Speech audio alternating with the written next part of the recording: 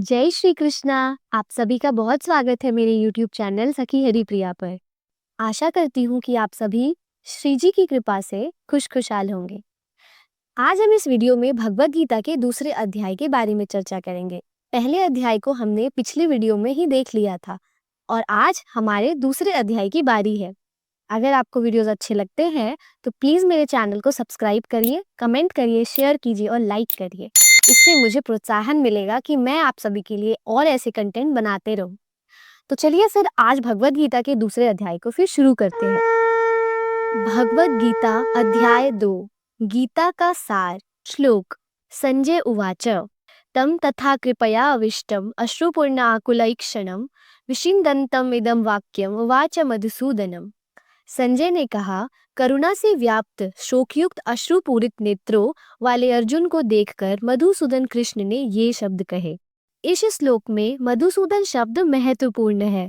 कृष्ण ने मधु नामक असुर का वध किया था और अब अर्जुन चाह रहा है कि कृष्ण उस अज्ञान रूपी असुर का वध करे जिसने उसे कर्तव्य से विमुख कर रखा है। यह अध्याय हमें भौतिक शरीर तथा आत्मा के विश्लेषिक अध्ययन द्वारा आत्म साक्षात्कार का उपदेश देता है, जिसकी व्याख्या परम अधिकारी भगवान कृष्ण द्वारा की गई है। यह साक्षात्कार तभी संभव है जब मनुष्य निष्काम भाव से कर्म करे और आत्मबोध को प्राप्त हो। श्लोक। श्री भगवान उवाच कुतं त्वं कश्मलम् इदं विषमे समुपस्थितम् अनार्यजुष्टम् अस्वर्ग्यम् अकीर्तिकरम् अर्जुनम्। अर्थ। श्री भगवान ने कहा, हे अर्जुन, तुम्हारे मन में यह कल्मश आया कैसे? यह उस मनुष्य के लिए तनिक भी अनुकूल नहीं है जो जीवन के मूल्य को जानता हो। इससे उच्चलोक की नहीं अपितु अपयश की प्राप्ति होती है। श्री कृष्ण तथा भगवान अभिन्न है, इसलिए श्री कृष्ण को संपूर्ण गीता में भगवान ही कहा गया है। भगवान परम सत्य की पराकाष्ठा है। परम सत्य का बोध ज्ञान की 3 अवस्थाओं में होता है, ब्रह्मा या निर्विशेष, सर्वव्यापी चेतना, परमात्मा या भगवान की अंतर्यामी रूप जो समस्त जीवों के हृदय में है। भगवान की उपस्थिति में अर्जुन द्वारा स्वजनों के लिए शोक करना सर्वथा अशोभनीय है। अतः कृष्ण ने कुतः शब्द से अपना आश्चर्य व्यक्त किया है। आर्य जैसे सभ्य जाति के किसी व्यक्ति से ऐसी मलिनता की उम्मीद नहीं की जाती। आर्य शब्द उन व्यक्तियों पर लागू होता है जो जीवन के मूल्य को जानते हैं और जिनकी सभ्यता आत्म साक्षात्कार पर निर्भर करती है। देहात्म बुद्धि से प्रेरित मनुष्यों को यह ज्ञान नहीं रहता कि जीवन का उद्देश्य परम सत्य भगवान का साक्षात्कार है। वे तो भौतिक जगत के ब्राह्म्य रूप में मोहित हो जाते हैं। अतः वे ये नहीं समझ पाते कि मुक्ति क्या है। जिन पुरुषों को भौतिक बंधन से मुक्ति का कोई ज्ञान नहीं होता, वे अनार्य कहलाते हैं। यद्यपि अर्जुन क्षत्रिय था, किंतु युद्ध से विचलित होकर वह अपने कर्तव्य से गुमराह हो रहा था। उसकी यह कायरता अनार्यों के लिए ही शोभा देती है। कर्तव्य पथ से इस प्रकार का विचलन ना तो आध्यात्मिक जीवन में प्रगति करने में सहायक बनता है और ना ही इससे इस संसार में ख्याति प्राप्त की जा सकती है। भगवान कृष्ण ने अर्जुन द्वारा अपने स्वजनों पर इस प्रकार की करुणा का अनुमोदन नहीं किया। श्लोक।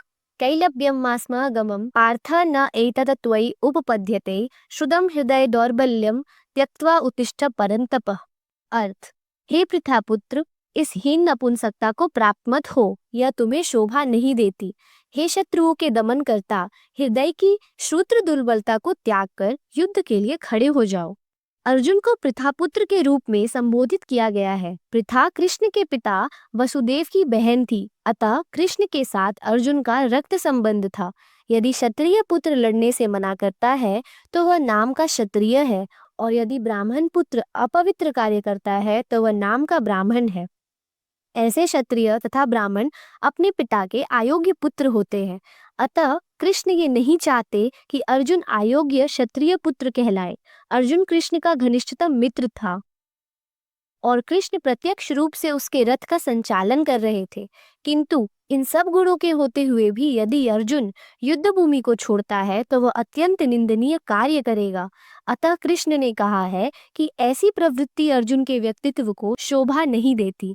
अर्जुन यह तर्क कर सकता था कि वह परम पूज्य भीष्म तथा स्वजनों के प्रति उदार दृष्टिकोण के कारण युद्ध भूमि छोड़ रहा है, किंतु कृष्ण ऐसी उदारता को केवल हृदय दौर्बल्य मानते हैं। अतः अर्जुन जैसे व्यक्ति को कृष्ण के प्रत्यक्ष निर्देशन में ऐसी उदारता या तथाकथित अहिंसा का परित्याग कर देना चाहिए। श्लोक अर्जुन उवाच कथम भीष्मम् अहम संख्ये द्रोणं च मधुसूदनम् इषुभिः प्रतियुत्स्यामि पूजा अर्हो अरिसूदन। अर्थ अर्जुन ने कहा, हे शत्रुहंता, हे मधुसूदन, मैं युद्ध भूमि में किस तरह भीष्म तथा द्रोण जैसे पूजनीय व्यक्तियों पर उलटकर बाण चलाऊंगा। भीष्म पितामह तथा द्रोणाचार्य जैसे सम्माननीय व्यक्ति सदैव पूजनीय है। यदि वे आक्रमण भी करें, उन पर उलटकर आक्रमण करना गलत होगा।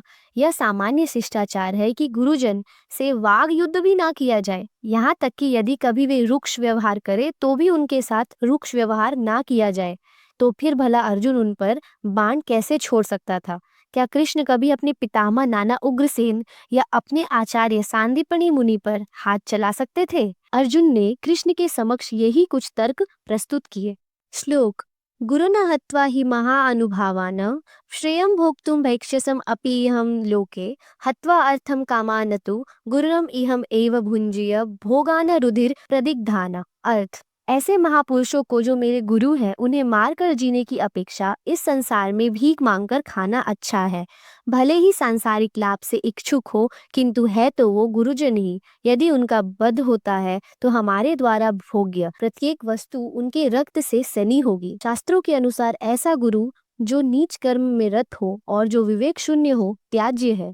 दुर्योधन से आर्थिक सहायता लेने के कारण भीष्म तथा द्रोण उसका पक्ष लेने के लिए बाध्य थे। यद्यपि केवल आर्थिक लाभ से ऐसा करना उनके लिए उचित ना था।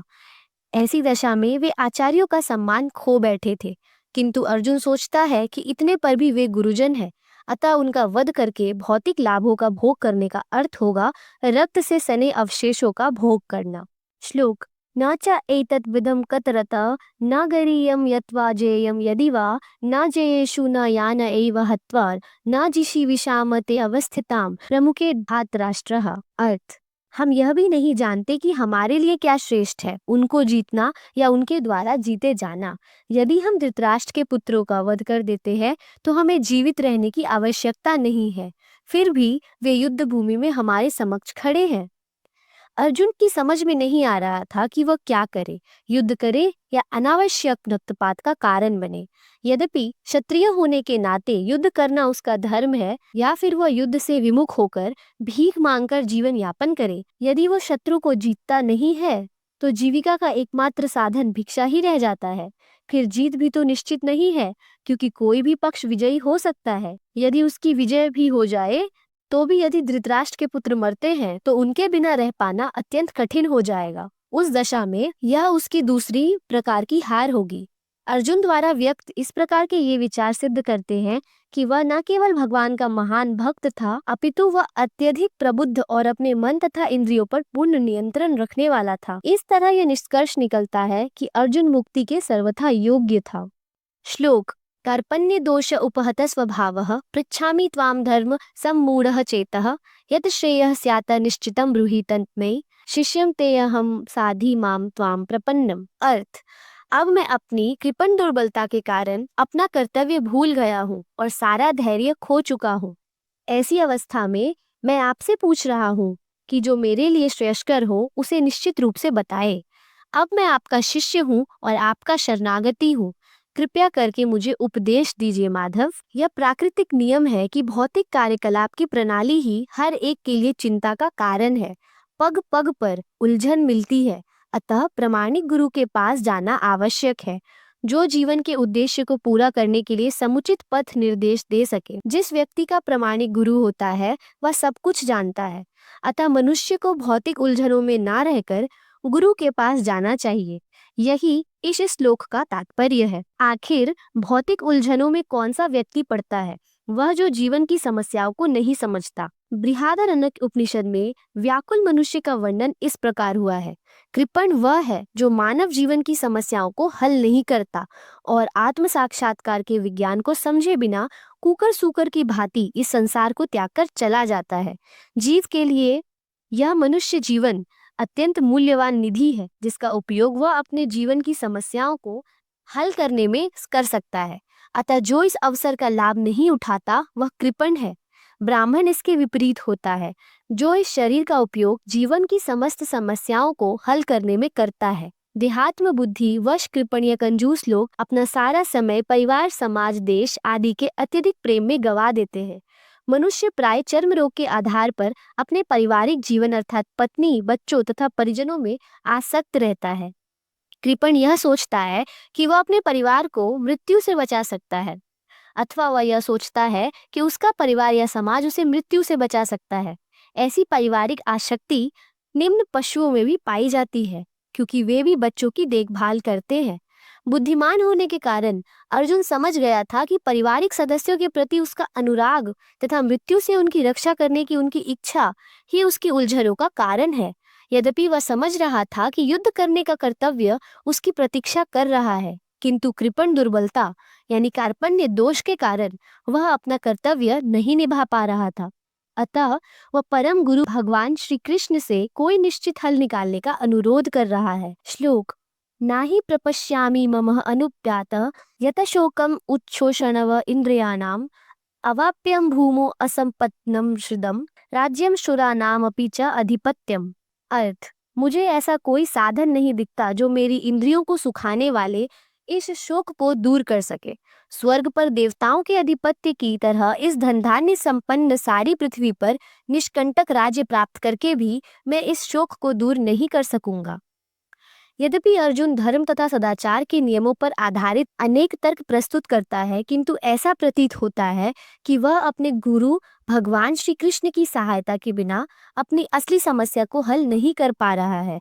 वह समझ गया था कि उसका तथाकथित ज्ञान उसकी उन समस्याओं को दूर करने में व्यर्थ है, जो उसके सारे अस्तित्व को सुखाए दे रही है। उसे इस उलझनों को भगवान कृष्ण जैसे आध्यात्मिक गुरु की सहायता के बिना हल कर पाना असंभव लग रहा था। शैक्षिक ज्ञान, विद्वता, उच्च पद, ये सब जीवन की समस्याओं को हल करने में व्यर्थ है।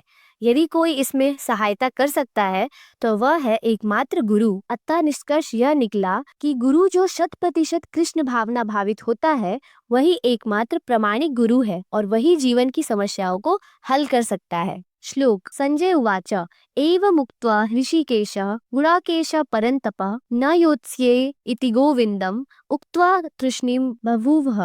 अर्थ, संजय ने कहा, इस प्रकार कहने के बाद शत्रुओं का दमन करने वाला अर्जुन कृष्ण से बोला, हे गोविंद, मैं युद्ध नहीं करूंगा, और चुप हो गया। धृतराष्ट्र को यह जानकर परम प्रसन्नता हुई होगी कि अर्जुन युद्ध ना करने युद्ध भूमि छोड़कर भिक्षाटन करने जा रहा है, किंतु संजय ने उसे पुनः यह कहकर निराश कर दिया कि अर्जुन अपने शत्रुओं को मारने में सक्षम है। यद्यपि कुछ समय के लिए अर्जुन अपने पारिवारिक स्नेह के प्रति मिथ्या शोक से अभिभूत था, किंतु उसने शिष्य रूप में अपने गुरु श्री कृष्ण की शरण ग्रहण कर ली। इससे सूचित होता है कि शीघ्र ही वह इस शोक से निवृत्त हो जाएगा और आत्म साक्षात्कार या कृष्ण भावनामृत के पूर्ण ज्ञान से प्रकाशित होकर पुनः युद्ध करेगा। इस तरह धृतराष्ट्र का हर्ष भंग हो जाएगा। श्लोक तम उवाच ऋषिकेश प्रहसनम इव भारतः सेनयो उभयो मध्ये विषीदन्तम इदम वचः। अर्थ, हे भरतवंशी धृतराष्ट्र, उस समय दोनों सेनाओं के मध्य शोकमग्न अर्जुन से कृष्ण ने मानो हंसते हुए ये शब्द कहे। दो घनिष्ठ मित्र अर्थात ऋषिकेश तथा गुणाकेश के मध्य वार्ता चल रही थी। मित्र के रूप में दोनों का पद समान था, किंतु इनमें से एक स्वेच्छा से दूसरे का शिष्य बन गया। कृष्ण हंस रहे थे क्योंकि उनका मित्र अब उनका शिष्य बन गया था। सबों के स्वामी होने के कारण वे सदैव श्रेष्ठ पद पर रहते हैं, तो भी भगवान अपने भक्तों के लिए सखा, पुत्र या प्रेमी बनना स्वीकार करते हैं। किंतु जब उन्हें गुरु रूप में अंगीकार कर लिया गया तो उन्होंने तुरंत गुरु की भूमिका निभाने के लिए शिष्य से गुरु की भांति गंभीरता पूर्वक बातें की, जैसे कि अपेक्षित है। ऐसा प्रतीत होता है कि गुरु तथा शिष्य की यह वार्ता दोनों सेनाओं की उपस्थिति में हुई, जिससे सारे लोग लाभान्वित हुए। अतः भगवत गीता का संवाद किसी एक व्यक्ति, समाज या जाति के लिए नहीं है, अपितु सबों के लिए है और उसे सुनने के लिए शत्रु या मित्र समान रूप से अधिकारी है। श्लोक श्री भगवान वाचः अशोच्यान अन्वोष च त्वं प्रजावादानः च भाषसे गतम असूनः अगत असूनः च न अनुशोचन्ति पंडितः। अर्थ श्री भगवान ने कहा, तुम पंडित्यपूर्ण वचन कहते हुए उनके लिए शोक कर रहे हो जो शोक करने योग्य नहीं है। जो विद्वान होते हैं वे ना तो जीवित के लिए और ना ही मृत के लिए शोक करते हैं। भगवान ने तत्काल गुरु का पद संभाला और शिष्य को अप्रत्यक्षत मूर्ख कहकर डांटा। उन्होंने कहा, तुम विद्वान की तरह बातें करते हो, किंतु तुम यह नहीं जानते कि जो विद्वान होता है, अतः जो जानता है कि शरीर तथा आत्मा क्या है, वह किसी भी अवस्था में शरीर के लिए, चाहे वह जीवित हो या मृत, शोक नहीं करता। अर्जुन का तर्क था कि राजनीति या समाज नीति की अपेक्षा धर्म को अधिक महत्व मिलना चाहिए, किंतु उसे यह ज्ञात न था कि पदार्थ, आत्मा तथा परमेश्वर का ज्ञान धार्मिक सूत्रों से भी अधिक महत्वपूर्ण है। चूंकि उसमें इस ज्ञान का अभाव था, अतः उसे विद्वान नहीं बनना चाहिए था, और चूंकि वह अत्यधिक विद्वान नहीं था, इसलिए वह शोक के सर्वथा अयोग्य वस्तु के लिए शोक कर रहा था। यह शरीर जन्मता है और आज या कल इसका विनाश निश्चित है, अतः शरीर उतना महत्वपूर्ण नहीं है जितना कि आत्मा है। जो इस तथ्य को जानता है वही असली विद्वान है और उसके लिए शोक का कोई कारण नहीं हो सकता। श्लोक न तु एव अहम जातु न असम न त्वं न इमे जनधिपा न च एव न भविष्याम सर्वे वयम अतः परम। अर्थ ऐसा कभी नहीं हुआ है कि ऐसा कभी नहीं हुआ कि मैं ना रहा हूँ या तुम न रहे हो, अथवा ये समस्त राजा न रहे हो, और ना ऐसा है कि भविष्य में हम लोग नहीं रहेंगे। जो वैदिक ज्ञान अर्जुन को प्रदान किया गया वही विश्व के उन समस्त पुरुषों को प्रदान किया जाता है जो विद्वान होने का दावा तो करते हैं, किंतु उनकी ज्ञान राशि न्यून है। भगवान यह स्पष्ट करते हैं कि वे स्वयं अर्जुन तथा युद्ध भूमि में एकत्र सारे राजा शाश्वत प्राणी है और इन जीवों की बद्ध तथा मुक्त अवस्थाओं में भगवान ही एकमात्र उनके पालक हैं। भगवान परम पुरुष हैं तथा भगवान का चिर संगी अर्जुन एवं वहां पर एकत्र सारे राजागण शाश्वत पुरुष है। ऐसा नहीं है कि ये भूतकाल में प्राणियों के रूप में अलग अलग उपस्थित नहीं थे, और ऐसा भी नहीं है कि ये शाश्वत पुरुष बने नहीं रहेंगे। उनका अस्तित्व भूतकाल में था और भविष्य में भी निर्बाध रूप से बना रहेगा, अतः किसी के लिए भी शोक करने की कोई बात नहीं है। श्लोक देहिना अस्मिन् यथा देहे कौमारम यौवनम जरा तथा देहम अंतरः प्राप्ति धीर तत्र न मुह्यति। अर्थ जिस प्रकार शरीरधारी आत्मा इस वर्तमान शरीर में बाल्यावस्था से तरुण अवस्था में और फिर वृद्धावस्था में निरंतर अग्रसर होता रहता है, उसी प्रकार मृत्यु होने पर आत्मा दूसरे शरीर में चला जाता है। धीर व्यक्ति ऐसे परिवर्तन से मोह को प्राप्त नहीं होता। प्रत्येक जीव एक व्यष्टि आत्मा है। वह प्रतिक्षण अपना शरीर बदलता रहता है, कभी बालक के रूप में, कभी युवा तथा कभी वृद्ध पुरुष के रूप में, तो भी आत्मा वही रहता है, उसमें कोई परिवर्तन नहीं होता। यह व्यष्टि आत्मा मृत्यु होने पर अंततोगत्वा एक शरीर बदलकर दूसरे शरीर में देहांतरण कर जाता है, और चूंकि अगले जन्म में इसको शरीर मिलना अवश्यम भावी है, चाहे वह शरीर आध्यात्मिक हो या भौतिक, अतः अर्जुन के लिए ना तो भीष्म ना ही द्रोण के लिए शोक करने का कोई कारण था, अपितु उसे प्रसन्न होना चाहिए था कि अब वे अपने पुराने शरीरों को बदलकर नए शरीर ग्रहण करेंगे और इस तरह वे नई शक्ति प्राप्त करेंगे। ऐसे शरीर परिवर्तन से जीवन में किए कर्म के अनुसार नाना प्रकार के सुखोपभोग या कष्टों का लेखा जोखा होता है। चूंकि भीष्म व द्रोण साधु पुरुष थे, इसलिए अगले जन्म में उन्हें आध्यात्मिक शरीर प्राप्त होंगे, नहीं तो कम से कम उन्हें स्वर्ग में भोग करने का अनुरूप शरीर तो प्राप्त होंगे ही। अतः दोनों ही दशाओं में शोक का कोई कारण नहीं था। श्लोक मात्रा स्पर्श तु कौन्तेय शीत उष्ण सुख दुख दाह आगम अपायिनः अनित्वा तान तित्यक्षव भारत। अर्थ हे कुंती पुत्र, सुख तथा दुख का क्षणिक उदय तथा कालक्रम में उनका अंतर्ध्यान होना सर्दी तथा गर्मी की ऋतुओं के आने जाने के जैसा है। हे भरतवंशी, वे इंद्रिय बोध से उत्पन्न होते हैं और मनुष्य को चाहिए कि अविचल भाव से उनको सहन करना सीखे। कर्तव्य निर्वाह करते हुए मनुष्य को सुख तथा दुख के क्षणिक आने जाने को सहन करने का अभ्यास करना चाहिए। वैदिक आदेशानुसार मनुष्य को माघ के मास में भी प्रातःकाल स्नान करना पड़ता है और उसे स्नान करना चाहिए। उस समय अत्यधिक ठंड पड़ती है, किंतु जो धार्मिक नियमों का पालन करने वाला है वह स्नान करने में तनिक भी झिझकता नहीं। इसी प्रकार एक गृहिणी भीषण से भीषण गर्मी की ऋतु में भी भोजन पकाने में हिचकती नहीं। जलवायु संबंधी असुविधाएं होते हुए भी मनुष्य को अपना कर्तव्य निभाना होता है। इसी प्रकार युद्ध करना क्षत्रिय का धर्म है। अतः उसे अपने किसी मित्र या परिजन से भी युद्ध करना पड़े तो उसे अपना धर्म से विचलित नहीं होना चाहिए। मनुष्य को ज्ञान प्राप्त करने के लिए धर्म के विधि विधान पालन करने होते हैं, क्योंकि ज्ञान तथा भक्ति से ही मनुष्य अपने आप को माया के बंधन से छुड़ा सकता है। अर्जुन को जिन दो नामों से संबोधित किया गया है वे भी महत्वपूर्ण है। कौन्तेय कहकर संबोधित करने से यह प्रकट होता है कि वह अपनी माता की ओर से संबंधित है, और भारत कहने से उसके पिता की ओर से संबंध प्रकट होता है। दोनों ओर से उसको महान विरासत प्राप्त है। महान विरासत प्राप्त होने के फलस्वरूप कर्तव्य निर्वाह का उत्तरदायित्व आ पड़ता है। अतः अर्जुन युद्ध से विमुख नहीं हो सकता। श्लोक यम ही न व्यथन्ति एते पुरुषम पुरुष ऋषभ सम दुख सुखम धीरम स अमृत तत्वाय कल्पते। अर्थ, जो पुरुष सुख तथा दुख में विचलित नहीं होता और इन दोनों में संभाव रहता है वह निश्चित रूप से मुक्ति के योग्य है। जो व्यक्ति आत्म साक्षात्कार की उच्च अवस्था प्राप्त करने के लिए दृढ़ प्रतिज्ञ है और सुख तथा दुख के प्रहारों को संभाव से सह सकता है वह निश्चय ही मुक्ति के योग्य है। वर्णाश्रम धर्म में चौथी अवस्था अर्थात संन्यास आश्रम कष्ट साध्य अवस्था है, किंतु जो अपने जीवन को सचमुच पूर्ण बनाना चाहता है वह समस्त कठिनाइयों के होते हुए भी संन्यास आश्रम अवश्य ग्रहण करता है।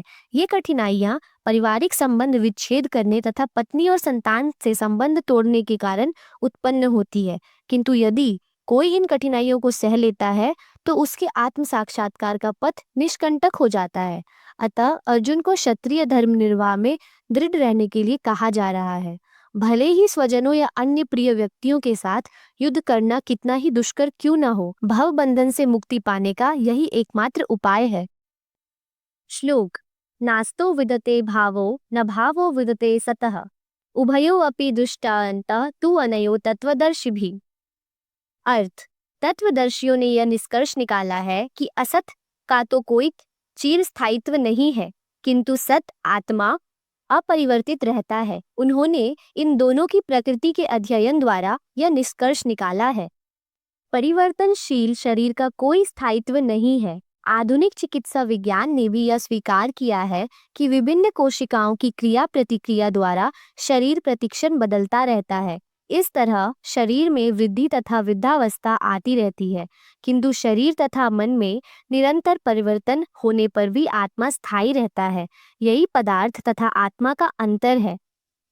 स्वभावतः शरीर नित्य परिवर्तनशील है और आत्मा शाश्वत है। तत्वदर्शियों ने चाहे वे निर्विशेषवादी हो या सद्गुणवादी इस निष्कर्ष की स्थापना की है। विष्णु पुराण में कहा गया है कि विष्णु तथा उनके धाम स्वयं प्रकाश से प्रकाशित है। सत तथा असत शब्द आत्मा तथा भौतिक पदार्थ के ही घोतक है। सभी तत्वदर्शियों की यह स्थापना है। यहीं से भगवान द्वारा अज्ञान से मोहग्रस्त जीवों को उपदेश देने का शुभारंभ होता है।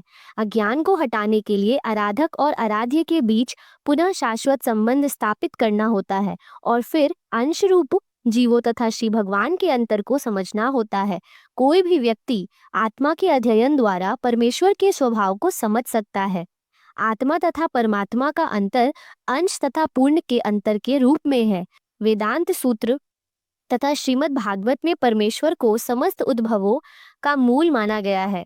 ऐसे उद्भवों का अनुभव परा तथा अपरा प्रकृति कर्मों द्वारा किया जाता है। जीव का संबंध पराशक्ति से है, जैसा कि 7वें अध्याय में स्पष्ट होगा। यद्यपि शक्ति तथा शक्तिमान में कोई अंतर नहीं है, किंतु शक्तिमान को परम माना जाता है और शक्ति या प्रकृति को गौण। अतः सारे जीव उसी तरह परमेश्वर के सदैव अधीन रहते हैं जिस तरह सेवक स्वामी के या शिष्य गुरु के अधीन रहता है। अज्ञान अवस्था में ऐसे स्पष्ट ज्ञान को समझ पाना असंभव है। अतः ऐसे अज्ञान को दूर करने के लिए सदा सर्वदा के लिए जीवों को प्रबुद्ध करने हेतु भगवान भगवद गीता का उपदेश देते हैं। श्लोक अविनाशी तु ततः वृद्धि येन सर्वम इदम ततः विनाशम अव्ययस्य अस्य न कश्चित कर्तुमर्हति। अर्थ जो सारे शरीर में व्याप्त है उसे ही अविनाशी समझो, उस अव्यय आत्मा को नष्ट करने में कोई भी समर्थ नहीं है। इस श्लोक में संपूर्ण शरीर में व्याप्त आत्मा की प्रकृति का अधिक स्पष्ट वर्णन हुआ है। सभी लोग समझते हैं कि जो सारे शरीर में व्याप्त है वह चेतना है। प्रत्येक व्यक्ति को शरीर में किसी अंश या पूरे भाग में सुख दुख का अनुभव होता है, किंतु चेतना की यह व्याप्ति किसी के शरीर तक ही सीमित रहती है। एक शरीर के सुख तथा दुख का बोध दूसरे शरीर को नहीं हो पाता। फलतः प्रत्येक शरीर में व्यष्टि आत्मा और इस आत्मा की उपस्थिति का लक्षण व्यष्टि चेतना द्वारा परिलक्षित होता है। इस आत्मा को बाल के अग्रभाग के 10,000वें भाग के तुल्य बताया जाता है। यदि बाल के अग्रभाग को 100 भागों में विभाजित किया जाए और फिर इनमें से प्रत्येक भाग को 100 भागों में विभाजित किया जाए तो इस तरह के प्रत्येक भाग की माप आत्मा का परिमाप है। सामान्य से सामान्य व्यक्ति भी समझ सकता है कि यह भौतिक शरीर चेतना रहित होने पर मृतक हो जाता है और शरीर में इस चेतना को किसी भी भौतिक उपचार से वापस नहीं लाया जा सकता। अतः यह चेतना भौतिक संयोग के फलस्वरूप नहीं है, अपितु आत्मा के कारण है। श्लोक अंतवन्तः इमे देहा नित्यस्य उक्ता शरीरिणः अनासिना अप्रमेयस्य तस्मात् युधस्व भारत। अर्थ अविनाशी, अप्रमेय तथा शाश्वत जीव के भौतिक शरीर का अंत अवश्यम भावी है, अतः हे भरतवंशी युद्ध करो। भौतिक शरीर स्वभाव से नाशवान है, यह तत्क्षण नष्ट हो जाता है और 100 वर्ष बाद भी यह केवल समय की बात है। इसे अनंत काल तक बनाए रखने की कोई संभावना नहीं है, किंतु आत्मा इतना सूक्ष्म है कि इसे शत्रु देख भी नहीं सकता, मारना तो दूर रहा। अतः दोनों ही दृष्टि से शोक का कोई कारण नहीं है, क्योंकि जीव जिस रूप में है ना तो उसे मारा जा सकता है, ना ही शरीर को कुछ समय तक या स्थायी रूप से बचाया जा सकता है। पूर्ण आत्मा के सूक्ष्म कण अपने कर्म के अनुसार ही यह शरीर धारण करते हैं, अतः धार्मिक नियमों का पालन करना चाहिए। शरीर अपने आप में महत्वहीन है, इसलिए अर्जुन को उपदेश दिया गया है कि वह युद्ध करे और भौतिक शारीरिक कारणों से धर्म की बलि ना होने दे। श्लोक यह एनम वेति हंतारम यह च एनम मन्यते हतम उभौ तौ विजानितः न अयम हंतीनम हन्यते। अर्थ जो इस जीवात्मा को मारने वाला समझता है तथा जो इसे मरा हुआ समझता है वे दोनों ही अज्ञानी है, क्योंकि आत्मा ना तो मरता है और ना मारा जाता है। जब देहधारी जीव को किसी घातक हथियार से आघात पहुंचाया जाता है तो ये समझ लेना चाहिए कि शरीर के भीतर का जीवात्मा मरा नहीं। आत्मा इतना सूक्ष्म है कि इसे किसी तरह के भौतिक हथियार से मार पाना असंभव है। ना ही जीवात्मा अपने आध्यात्मिक स्वरूप के कारण वध्य है, जिसे मारा जाता है या जिसे मरा हुआ समझा जाता है। वह केवल शरीर होता है, किंतु इसका तात्पर्य शरीर के वध को प्रोत्साहित करना नहीं है। वैदिक आदेश है मां हिंस्याता सर्वभूतानि, किसी भी जीव की हिंसा ना करो। ना ही जीवात्मा अवध्य है का अर्थ यह है कि पशु हिंसा को प्रोत्साहन दिया जाए। किसी भी जीव के शरीर का अनाधिकार हत्या करना निग्न है और राज्य तथा भगवत विधान के द्वारा दंडनीय है, किंतु अर्जुन को तो धर्म के नियमानुसार मारने के लिए नियुक्त किया जा रहा है, किसी पागलपनवश नहीं। श्लोक न जायते म्रियते वा कदाचित न अयम भूत्वा भविता वा न भूयम अजः नित्यम शाश्वतम अयः पुराणो हन्यते हन्यमाने शरीरे। अर्थ आत्मा के लिए किसी भी काल में ना तो जन्म है न मृत्यु, वह ना तो कभी जन्मा है न जन्म लेता है और न जन्म लेगा। वह अजन्मा, नित्य, शाश्वत तथा पुरातन है। शरीर के मारे जाने पर भी वह मारा नहीं जाता। गुणात्मक दृष्टि से परमात्मा का अणु अंश परम से अभिन्न है, वह शरीर की भांति विकारी नहीं है। कभी कभी आत्मा को स्थायी या कुटस्थ कहा जाता है। शरीर में 6 प्रकार के रूपांतरण होते हैं। वह माता के गर्भ से जन्म लेता है, कुछ काल तक रहता है, बढ़ता है, कुछ परिणाम उत्पन्न करता है, धीरे धीरे क्षीण हो जाता है और अंत में समाप्त हो जाता है। किंतु आत्मा में ऐसे परिवर्तन नहीं होते। आत्मा अजन्मा है, किंतु चूंकि वह भौतिक शरीर धारण करता है, अतः शरीर जन्म लेता है। आत्मा ना तो जन्म लेता है न मरता है। जिसका जन्म होता है उसकी मृत्यु भी होती है, और चूंकि आत्मा जन्म नहीं लेता, अतः उसका ना तो भूत है, न वर्तमान, न भविष्य। वह नित्य, शाश्वत तथा सनातन है, अर्थात जिसके जन्म लेने का कोई इतिहास नहीं है। हम शरीर के प्रभाव में आकर आत्मा के जन्म मरण आदि का इतिहास खोजते हैं। आत्मा शरीर की तरह कभी भी वृद्ध नहीं होता, अतः शरीर के परिवर्तनों को आत्मा पर कोई प्रभाव नहीं पड़ता। शरीर की वृद्धि आत्मा की उपस्थिति के कारण होती है, किंतु आत्मा के ना तो कोई उपवृद्धि है, ना ही उसमें कोई परिवर्तन होता है। अतः आत्मा शरीर के 6 प्रकार के परिवर्तन से मुक्त है। श्लोक: वेद अविनाशिम नित्यम यम एनम अजम अव्ययम कथम स पुरुषः पार्थ कम घातयति हन्ति कमः। अर्थ: हे पार्थ, जो व्यक्ति यह जानता है कि आत्मा अविनाशी, अजन्मा, शाश्वत तथा अव्यय है, वह भला किसी को कैसे मार सकता है या मरवा सकता है। प्रत्येक वस्तु की समुचित उपयोगिता होती है, और जो ज्ञानी होता है वह जानता है कि किसी वस्तु को कहाँ और कैसे प्रयोग किया जाए। इसी प्रकार हिंसा की भी अपनी उपयोगिता है, और इसका उपयोग इसे जानने वाले पर निर्भर करता है। यद्यपि हत्या करने वाला व्यक्ति को न्याय संहिता के अनुसार प्राणदंड दिया जाता है, किंतु न्यायाधीश को दोषी नहीं ठहराया जा सकता, क्योंकि वह न्याय संहिता के अनुसार ही दूसरे व्यक्ति पर हिंसा किए जाने का आदेश देता है। इसका समर्थन किया गया है कि हत्यारे को प्राणदंड देना चाहिए, जिससे उसे अगले जीवन में अपना पाप कर्म भोगना ना पड़े। अतः राजा द्वारा हत्यारे को फांसी का दंड एक प्रकार से लाभप्रद है। इसी प्रकार जब कृष्ण युद्ध करने का आदेश देते हैं, तो यह समझना चाहिए कि यह हिंसा परम न्याय के लिए है, और इस तरह अर्जुन को इस आदेश का पालन यह समझकर करना चाहिए, कृष्ण के लिए किया गया युद्ध हिंसा नहीं है। श्लोक: वांशांसी जिहार्नि यथा विहाय नवानि गृहान्ति नरः अपरानि शरीरानि विहाय जिहार्नि अन्यानि संयाति नवानि देहि। अर्थ: जिस प्रकार मनुष्य पुराने वस्त्रों को त्याग कर नए वस्त्र धारण करता है, उसी प्रकार आत्मा पुराने तथा व्यर्थ के शरीर को त्याग कर नवीन भौतिक शरीर धारण करता है। अणु आत्मा द्वारा शरीर का परिवर्तन एक स्वीकृत तथ्य है। आधुनिक वैज्ञानिक जन जो आत्मा के अस्तित्व पर विश्वास नहीं करते, पर साथ ही हृदय से शक्ति साधन की व्याख्या भी नहीं कर पाते, उन परिवर्तनों को स्वीकार करने को बाध्य है, जो बाल्यकाल से कौमार अवस्था और फिर तरुण अवस्था से वृद्धावस्था में होते रहते हैं।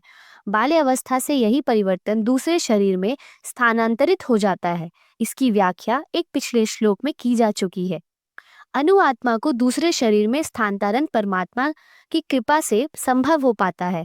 परमात्मा अणु आत्मा की इच्छाओं की पूर्ति उसी तरह करते हैं जिस प्रकार एक मित्र दूसरे की इच्छा पूर्ति करता है। यहाँ भगवान ने अर्जुन को उपदेश दिया है कि वह अपने पितामह तथा गुरु के देहांतरण पर शोक प्रकट ना करे, अपितु उसे इस धर्म युद्ध में उनके शरीरों का वध करने में प्रसन्न होना चाहिए, जिससे वे सब विभिन्न शारीरिक कर्म फलों से तुरंत मुक्त हो जाए। बलि देवी पर या धर्म युद्ध में प्राणों को अर्पित करने वाला व्यक्ति तुरंत शारीरिक पापों से मुक्त हो जाता है और उच्च लोक में प्राप्त होता है। अतः अर्जुन का शोक करना युक्ति संगत नहीं है। श्लोक: नैन छिदन्ति शस्त्राणि नैन दहति पावकः न च एनम केलदन्ति आप न शोष्यन्ति मारुतः। अर्थ: यह आत्मा ना तो कभी किसी शस्त्र द्वारा खंड खंड किया जा सकता है, न अग्नि द्वारा जलाया जा सकता है, न जल द्वारा भिगाया जा सकता है, न वायु द्वारा सुखाया जा सकता है। सारे हथियार, तलवार, आग्नेय अस्त्र, वर्षा के अस्त्र, चक्रवात आदि आत्मा को मारने में असमर्थ है। ऐसा प्रतीत होता है कि आधुनिक आग्नेयास्त्रों के अतिरिक्त मिट्टी, जल, वायु, आकाश आदि के भी अनेक प्रकार के हथियार होते हैं। यहाँ तक कि आधुनिक युग के नभिकीय हथियारों की गणना भी आग्नेयास्त्रों में की जाती है, किंतु पूर्व काल में विभिन्न पार्थिव तत्वों से बने हुए हथियार होते हैं। आग्नेयास्त्रों के समान जल के वरुण हथियारों से किया जाता है, जो आधुनिक विज्ञान के लिए अज्ञात है। आधुनिक विज्ञान को चक्रवात हथियारों का भी पता नहीं है। जो भी हो, आत्मा को ना तो कभी खंड खंड किया जा सकता है, ना किन्हीं वैज्ञानिक हथियारों से उसका संहार किया जा सकता है, चाहे उनकी संख्या कितनी ही क्यों न हो। अतः मोह से युक्त होकर भी जीव पृथक अस्तित्व रखता है, जैसा कि कृष्ण द्वारा अर्जुन को दिए गए उपदेशों में स्पष्ट है। अर्जुन कृष्ण के उपदेश के कारण मुक्त तो हो गया, किंतु कभी भी कृष्ण से एकाकार नहीं हुआ। श्लोक। अच्छेदयम अदाहमयम अक्लेग्य अशोष्यहम एवच नित्य सर्वगतः स्थाणुः अचलः अयम सनातनः। अर्थ। यह आत्मा अखंडित तथा अघूलनशील है। इसे ना तो जलाया जा सकता है, ना सुखाया जा सकता है। यह शाश्वत, सर्वव्यापी, अविकारी, स्थिर तथा सदैव एक सा रहने वाला है। अणु आत्मा के इतने सारे गुण यही सिद्ध करते हैं कि आत्मा पूर्ण आत्मा का अणु अंश है और बिना किसी परिवर्तन के निरंतर उसी तरह बना रहता है। इस प्रसंग में अद्वैतवाद को व्याहत करना कठिन है, क्योंकि अणु आत्मा कभी भी परम आत्मा के साथ मिलकर एक नहीं हो सकता। भौतिक कल्मश से मुक्त होकर अणु आत्मा भगवान के तेज की किरणों की आध्यात्मिक स्फुलिंग बनकर रहना चाह सकता है, किंतु बुद्धिमान जीव तो भगवान की संगति करने के लिए वैकुंठ लोक में प्रवेश करते हैं। श्लोक। अव्यक्तम अयम अचिंत्यम अयम अविकार्य अयम उच्यते तस्मात् एवं विदित्वा एनम न अनुशोचितुम अर्हसि। अर्थ। यहाँ आत्मा अव्यक्त, अकल्पनीय और अपरिवर्तनीय कहा जाता है। यह जानकर तुम्हें शरीर के लिए शोक नहीं करना चाहिए। जैसा कि पहले कहा जा चुका है, आत्मा इतना सूक्ष्म है कि इसे सर्वाधिक शक्तिशाली सूक्ष्मदर्शी यंत्र से भी नहीं देखा जा सकता। अतः यह अदृश्य है। जहाँ तक आत्मा के अस्तित्व का संबंध है, श्रुति के प्रमाण के अतिरिक्त अन्य किसी प्रयोग द्वारा इसके अस्तित्व को सिद्ध नहीं किया जा सकता। हमें इस सत्य को स्वीकार करना पड़ता है, क्योंकि अनुभव गम्य सत्य होते हुए भी आत्मा के अस्तित्व को समझने के लिए कोई अन्य साधन नहीं है। हमें अनेक बातें केवल उच्च प्रमाणों के आधार पर माननी पड़ती है। कोई भी अपनी माता के आधार पर अपने पिता के अस्तित्व को अस्वीकार नहीं कर सकता। पिता के स्वरूप को जानने का साधन या एकमात्र प्रमाण माता है। इसी प्रकार वेदाध्ययन के अतिरिक्त आत्मा को समझने का अन्य उपाय नहीं है। श्लोक। अथ च एनम नित्य जातम नित्यम वा मन्यसे मृतम तथा अपि त्वं मम बाहो न एनम सोचितुम अर्हसि। अर्थ। किंतु यदि तुम सोचते हो कि आत्मा सदा जन्म लेता है तथा सदा मरता है, तो हे महाबाहु, तुम्हारे शोक करने का कोई कारण नहीं है। यदि अर्जुन को आत्मा के अस्तित्व में विश्वास नहीं था, जैसा कि वैभाषिक दर्शन में होता है, तो भी उसके शोक करने का कोई कारण ना था। कोई भी मानव थोड़े से रसायनों की क्षति के लिए शोक नहीं करता तथा अपने कर्तव्य पालन नहीं त्याग देता है। दूसरी ओर आधुनिक विज्ञान तथा वैज्ञानिक युद्ध में शत्रु पर विजय प्राप्त करने के लिए ना जाने कितने टन रसायन फूंक देते हैं। वैभाषिक दर्शन के अनुसार आत्मा शरीर के क्षय होते ही लुप्त हो जाता है। अतः प्रत्येक दशा में, चाहे अर्जुन इस वैदिक मान्यता को स्वीकार करता है कि अणु आत्मा का अस्तित्व है, या कि वह आत्मा के अस्तित्व को स्वीकार नहीं करता है, उसके लिए शोक करने का कोई कारण नहीं है। यदि आत्मा का पुनर्जन्म नहीं होता, तो अर्जुन को अपने पितामह तथा गुरु के वध करने के पाप फलों से डरने का कोई कारण न था। किंतु साथ ही कृष्ण ने अर्जुन को व्यंग्यपूर्वक महाबाहु कहकर संबोधित किया, क्योंकि उसे वैभाषिक सिद्धांत स्वीकार नहीं था, जो वैदिक ज्ञान के प्रतिकूल है। क्षत्रिय होने के नाते अर्जुन का संबंध वैदिक संस्कृति से था और वैदिक सिद्धांतों का पालन करते रहना ही उसके लिए शोभनीय है। श्लोक। जातस्य हि ध्रुवः मृत्यु ध्रुवम जन्म मृतस्य च तस्मात् अपरिहार्य अर्थे न त्वं सोचितुम अर्हसि। अर्थ। जिसने जन्म लिया है उसकी मृत्यु निश्चित है और मृत्यु के पश्चात पुनर्जन्म भी निश्चित है। अतः अपने अपरिहार्य कर्तव्य पालन में तुम्हें शोक नहीं करना चाहिए। मनुष्य को अपने कर्मों के अनुसार जन्म ग्रहण करना होता है और एक कर्म अवधि समाप्त होने पर उसे मरना होता है, जिससे वह दूसरा जन्म ले सके। इस प्रकार मुक्ति प्राप्त किए बिना ही जन्म मृत्यु का यह चक्र चलता रहता है।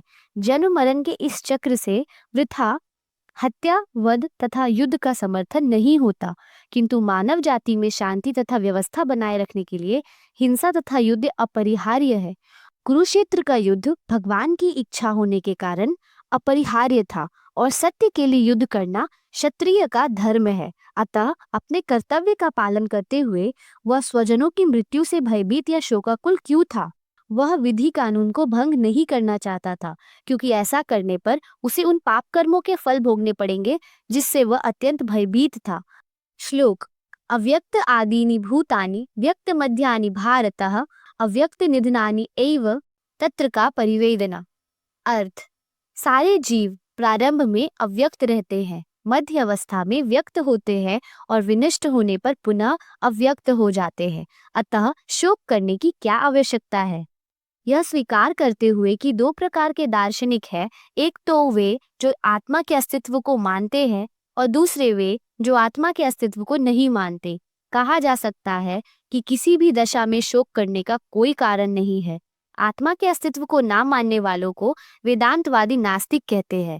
यदि हम तर्क के लिए इन नास्तिकवादी सिद्धांत को मान ले तो भी शोक करने का कोई कारण नहीं है। श्लोक, आश्चर्यवत पश्यति कश्चित् एनम आश्चर्यवत वदति तथा एव च अन्य आश्चर्यवत च एनम अन्य शृणोति श्रुत्वा अपि एनम वेद न च एव कश्चित्।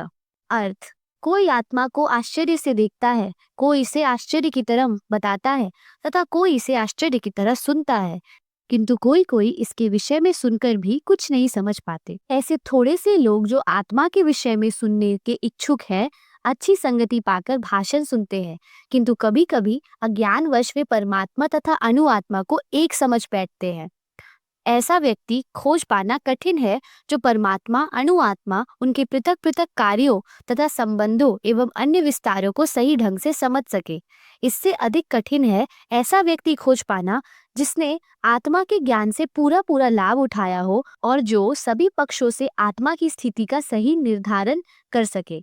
किंतु यदि कोई किसी तरह से आत्मा को इस विषय को समझ लेता है तो उसका जीवन सफल हो जाता है। श्लोक, देहि नित्यम अवध्यम अयम देहे सर्वस्य भारतः तस्मात् सर्वाणि भूतानि न त्वं सोचितुम अर्हसि। अर्थ, हे भरतवंशी, शरीर में रहने वाले देही का कभी भी वध नहीं किया जा सकता, अतः तुम्हें किसी भी जीव के लिए शोक करने की आवश्यकता नहीं है। अब भगवान अविकारी आत्मा विषयक अपना उपदेश समाप्त कर रहे हैं।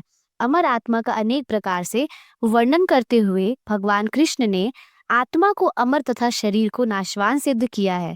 अतः क्षत्रिय होने के नाते अर्जुन को इस भय से कि युद्ध में उसके पितामह भीष्म और गुरु द्रोण मर जाएंगे, अपने कर्तव्य से विमुख नहीं होना चाहिए। कृष्ण को प्रमाण मानकर भौतिक देह से भिन्न आत्मा का पृथक अस्तित्व स्वीकार करना ही होगा। यह नहीं कि आत्मा जैसी कोई वस्तु नहीं है या जीवन के लक्षण रसायनों की अंत क्रिया के फलस्वरूप एक विशेष अवस्था में प्रकट होते हैं। यद्यपि आत्मा अमर है, किंतु इससे हिंसा को प्रोत्साहित नहीं किया जाता। फिर भी युद्ध के समय हिंसा का निषेध नहीं किया जा सकता, क्योंकि तब इसकी आवश्यकता रहती है।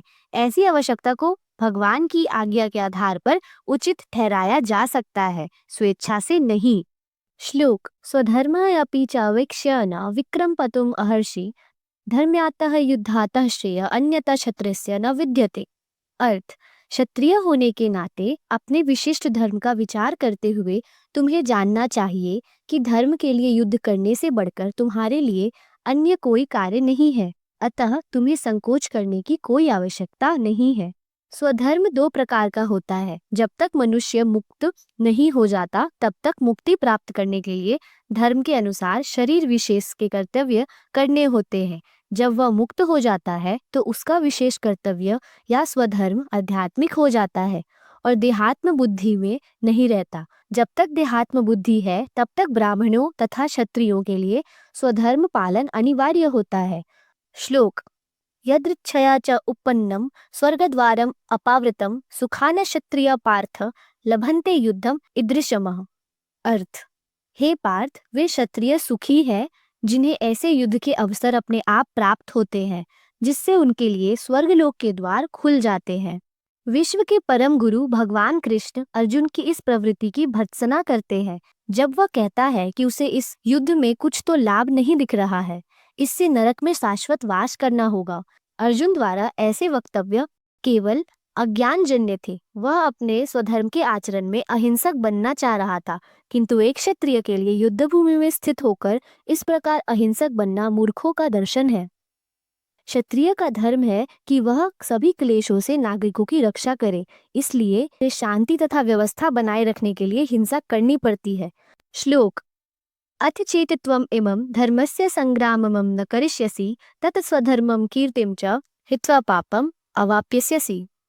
अर्थ, किंतु यदि तुम युद्ध करने के स्वधर्म को संपन्न नहीं करते तो तुम्हें निश्चित रूप से अपने कर्तव्य की उपेक्षा करने का पाप लगेगा और तुम योद्धा के रूप में भी अपना यश खो दोगे। अर्जुन विख्यात योद्धा था जिसने शिव आदि अनेक देवताओं से युद्ध करके यश अर्जित किया था। शिकारी के वेश में शिवजी से युद्ध करके तथा उन्हें हराकर अर्जुन ने उन्हें प्रसन्न किया था और वर के रूप में पाशुपता शस्त्र प्राप्त किया था। स्वयं द्रोणाचार्य ने उसे आशीष दिया था और एक विशेष अस्त्र प्रदान किया था जिससे वह अपने गुरु का भी वध कर सकता था। इस प्रकार वह अपने धर्मपिता एवं स्वर्ग के राजा इंद्र समेत अनेक अधिकारियों से अनेक युद्धों का प्रमाण पत्र प्राप्त कर चुका था।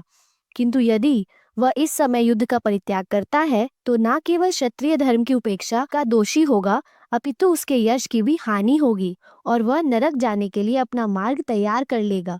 दूसरे शब्दों में वह युद्ध करने से नहीं अपितु युद्ध से पलायन करने के कारण नरक का भागी होगा। श्लोक अकीर्तिम च अपि भूतानि कथिष्यन्ति ते अव्ययाम संभवावितस्य च अकीर्तिः मरणतः अतिरिच्यते।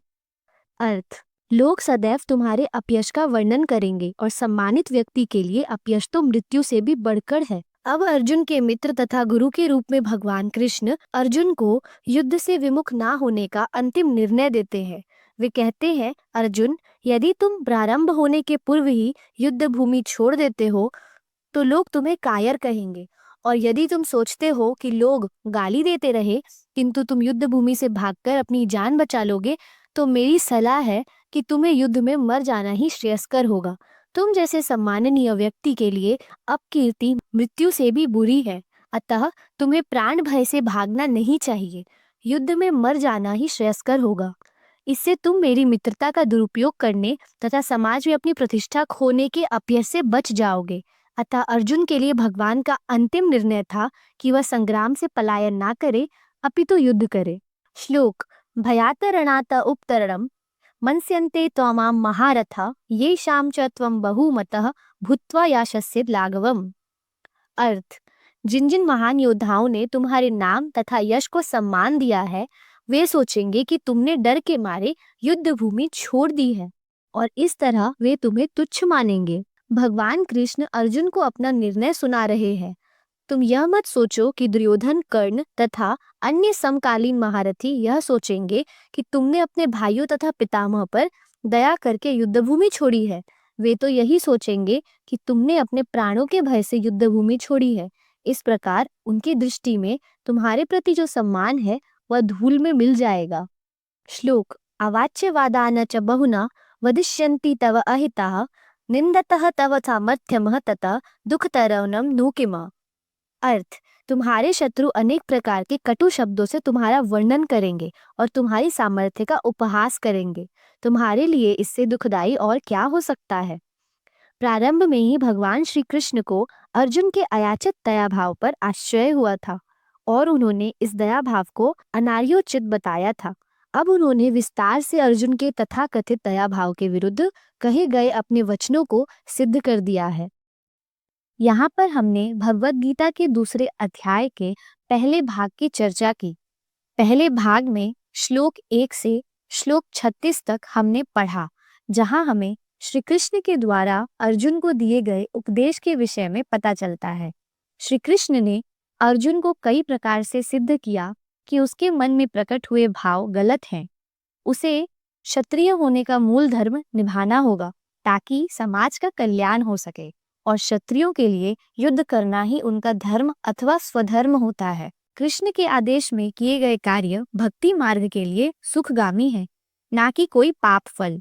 इसलिए यदि श्री कृष्ण का आदेश अर्जुन के लिए युद्ध करना है तो अर्जुन को बिना किसी संकोच के युद्ध करना होगा।